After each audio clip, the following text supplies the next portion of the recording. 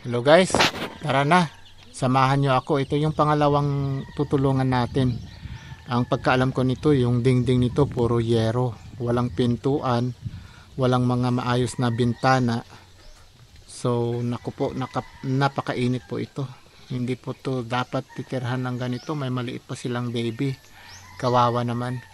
So, ito po ay isang munting hiling. So, tutulungan po natin para naman po medyo mas maayos yung kanilang titirhan.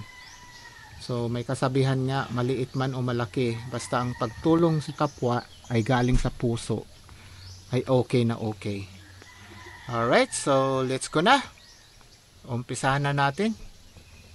Salamat po.